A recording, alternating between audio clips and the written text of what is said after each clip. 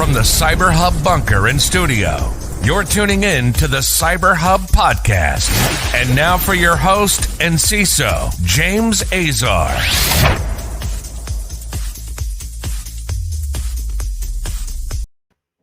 Good morning, everyone. May the force be with you.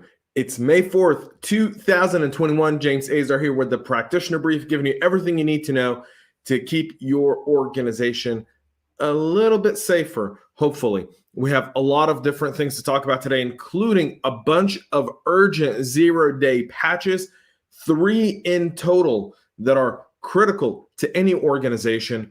Literally critical because they can either you're not impacted directly, but through your supply chain, or you're impacted directly, or they could have long-term impacts on your organization and your environments as one. That's to start off with. A new ransomware emerges targeting our friends over in Israel with a very, very weird kind of connotation to it. And MITRE releases version 9 addressing Google Workspace and containers. I think a great work by the folks over at MITRE. Good morning to Mike Judd. Good morning to Matt Lee. Good morning to LinkedIn user. I believe this is either going to be John De La Cruz or Dave, one of the two, but whoever you are, good morning, and may the force be with you as well, my friend. All right, before we get started, though, we are live on Facebook, LinkedIn, and YouTube, so please make sure to subscribe. Subscribe and share today's podcast. We have a lot of great things coming on today. So a lot of stuff to talk about. Kevin here says, Pulse Secure, my former product, spent 7.5 years at Juniper as a senior product manager and also co-authored the book on it. Yeah, Pulse Secure, Kevin, my friend, is something we definitely need to talk about. And we will today. So make sure to continue to comment and subscribe. Thank you for all those tuning in. Today's show is brought to you by our friends over at KnowBe4, Wistic, and Ativo Networks. Thank you so much for their support, and make sure to support them as well and check them out for all the great things they're doing for our community. Let's get started right with this Pulse Secure. So Avante, which is the company that's behind the Pulse Secure VPN, has released a security patch to remediate the critical security vulnerability that was found and we reported on nearly 2 weeks ago. It's tracked the CVE 2021-2289-3 with a CVSS score of 10. And the flaw concerns multiple use after free issues in the Pulse Connect Secure. FireEye, which brought this to light and disclosed a series of intrusions related to this specific vulnerability. The development was promoted by CISO with an emergency directive for all federal and civilian departments within the U.S. We can kind of see how the threat actors are able to take advantage of this specific zero-day and how they get in here thanks to the folks over at Mandiant. Get this patched, and then after you're done with Pulse Secure needs to be a little bit more transparent, and I always ask for more transparency. I asked it yesterday in a post I did with CodeCov, where now they're starting to notify people, but at the same time, listen, the rule of the law is our industry's at a maturity level today where we understand these things, and we understand that there are going to be these vulnerabilities and there's going to be 0 days. And the way to earn the community's trust is to be transparent and share as much information as possible. So one, we can remediate quicker. And number two, that we all know where this is coming and we can take lessons learned and apply them to our own organizations and our own environments. And I wish this would sink in for more and more organizations and get the general counsels out of the way there and really start addressing it. Apple also issues urgent security patches for the new iOS, 14.5, which is what I like to call the new privacy OS, bringing privacy mainstream. Again, Apple doing an unbelievable job. So yesterday they released a update for iOS, macOS, and watchOS, asking everyone to patch 3 active zero-day exploits being taken advantage of. CVE 2021-30663, which is an integer overflow vulnerability.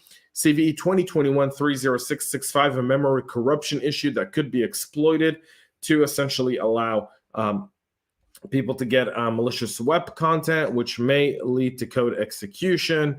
And CVE 2021-30666, if you believe in the May 4th, you may believe in 666 as well, which is a buffer overflow vulnerability that could allow for exploited a buffer overflow vulnerability that could be exploited to craft malicious web content as well, and it could lead to code execution vulnerabilities. I updated my devices yesterday. Took me not even 10 minutes. So put your phones down for a little bit. If you're using OS, update your Mac OSs, your iOSs, and everything else. And that way you're not part of this 0-day situation. Another patched, and this one is with our friends over at HP. So Hewlett Packard plugs the critical bug in the Edge platform tool. So HP itself and HP Enterprise is urging customers to patch one of its premier Edge application management tools that could allow an attacker to carry out a remote authentication bypass attack and infiltrate a customer's cloud infrastructure. Rated critical with a CVSS score of 9.8. The bug impacts all versions of HP's Edgeline Infrastructure Manager prior to version 1.21. EAM is the company's 2-year-old Edge Computing Management Suite. Users are urged to update to the HP EIM version 1.22 or later to fix the bug. One thing I'm looking and I'm doing today's show, and I forgot my coffee. And I feel so bad right now because I should have followed my kind of like talking points that I do early. I didn't. Here's my espresso, and you can tell my foam has really kind of come down here. Sorry, see that? I should have drank it like 8 minutes ago. All right. Nonetheless, here's my cup of coffee. Plus, espressos are only good for like 8 to maybe 12, 13 minutes. So like this is already half past its shelf life. Researchers at Tenable were the ones that discovered the HP Enterprise,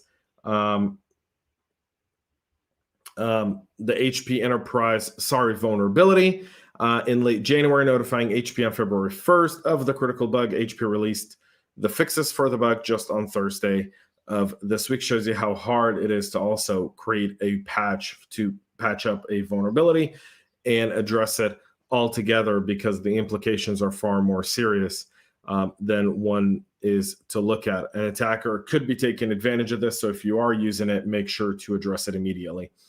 We're going to go to our next story and one of our final ones, which is the Networm ransomware, which is emerging in a wave of cyber attacks in Israel. The new ransomware gang is called Networm, and it's targeting Israeli companies in a wave of cyber attacks that started last week. The Israeli media newspaper Haaretz reported that at least 4 Israeli companies and 1 nonprofit organization had been successfully breached in the wave of the attacks. So a few things to look at this. One, they've targeted enterprise companies within Israel. They've immediately launched a Tor website, which to me is already within itself quite the serious thing to look at. They're not asking for a lot of money, by the way. So they're asking for an average of 3 to 4 Bitcoins. And this is the ransom note that some of these organizations are seeing right now. And that's really important to look at and kind of dig deep into. One is we're noticing that what they're really trying to do here, and this seems to be more humiliation per se than it is financial, although some people will disagree with me. I was on a group message yesterday that this here is Hebrew, and I can read it for you if you'd like, but it looks Russian, but it has an Iranian pay key. So and it's something that's been used by Fox Kitten. So we know that geopolitics has a lot of impact on cyber in that region of the world. We know that a lot of the warfare that's been done recently and a lot of the conflicts been in the computer networks rather than, frontline soldiers battling out. This seems to be another attack, and it's bound to spread. If pay-to-key has been linked to Iranian nation state, and yesterday we talked about Iran on the Practitioner Brief. Iran is a serious cyber threat actor. As long as they're allowed and given finances, they're able to recruit more, and they're able to create more instability. So the Networm itself has been attributed to, has not been attributed to any hacking group, although, like I said, some of the stuff here points to this being Iran. And so keep an eye out for this specific ransomware strain. It's in Israel now, but soon enough, it'll move across those borders. And our final story of the day is MITRE releases a version 9 introducing containers and Google Workspace. So the MITRE attack framework by the MITRE corporations has announced last week that the latest update to the popular attack framework introduces techniques related to containers and the Google Workspace platform.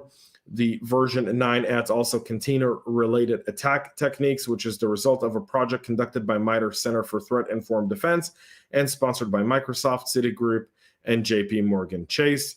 There has been a debate on whether or not container techniques should be added, considering that in a vast majority of cases, they lead to crypto mining. However, containers have also been used by malicious actors for other purposes, including data harvesting and exfils. So keep your eyes out on that as well, folks. This new framework, I'm going to be spending this afternoon studying it. I may do a live on Friday just to talk about this. If you guys want to do that, just let me know in the comments below or just message me privately. I want to really dig into this version 9 of MITRE. I'm going to reach out also to Tony Cole and Caroline over at Ativo Network, some of our show supporters. They've done a lot with MITRE attack over the last year, and some of the stuff we're going to be bringing to you guys over the next month or so. But definitely something to keep in mind here as we study this, because when it comes to Google Workspace, since AT&T since attack already covers Office 365, we want to ensure that the users of Google's productivity tools were also able to map similar applicable adversary behaviors to attack framework. Melvin definitely wants this. So this will be something I will post, and I'll do a live on Friday, and we'll go over the attack framework and version 9 and really dig into what it means. Here's the one thing about the Google Workspace. If you are looking at it from a perspective of startups within the vendor risk management space, how many companies use Google rather than Office 365? A lot of the new companies are all Gmail based. So the fact that they now have a Google Workspace and you're able to map that should be a great learning opportunity, something we'll cover on Friday. I may end up doing just a PDF for a lot of startups so they know how to map the Google Workspace versus Office 365 and get those translations in. Job well done by MITRE. Folks, that's it for us here this morning. Thank you so much for joining the show. Thanks so much for tuning in, listening, sharing, subscribing. I really, really appreciate it. You can get the audio podcast on CyberHub Podcast as well, so go check that out. Tomorrow, the CISO Talk podcast, I'll be dropping the second part of my interview with Ron Green and Robin Bianaffi, Ron Green's the CISO over at MasterCard, and Robin Bianaffi, the CEO of Atlanta Tech Park. A few weeks ago, I dropped part of the episode. We did the event last week. I promised I would put the second part after the event. Everything from the event went offline yesterday, so I'll be posting the second part of that interview tomorrow for CISO Talk, so don't miss it. Ron Green drops a lot of wisdom in that podcast. You guys are absolutely going to love it. Ron Green, who is just a brilliant, brilliant guy, and Robin, who is absolutely phenomenal.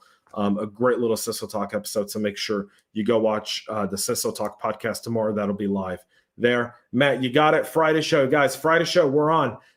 You'll get it, and you'll see it trending on my LinkedIn page, James J. Azar, where you can register. It'll also be live on YouTube and Facebook as well. Folks, that's it for me here today. Thank you so much. Enjoy May 4th.